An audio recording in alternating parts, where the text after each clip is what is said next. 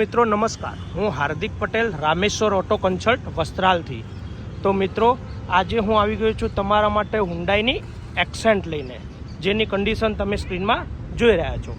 એકદમ first class અને new જેવી કન્ડિશનમાં, non accidental company fitting engine સાથે ગેરંટેડ કિલોમીટરમાં।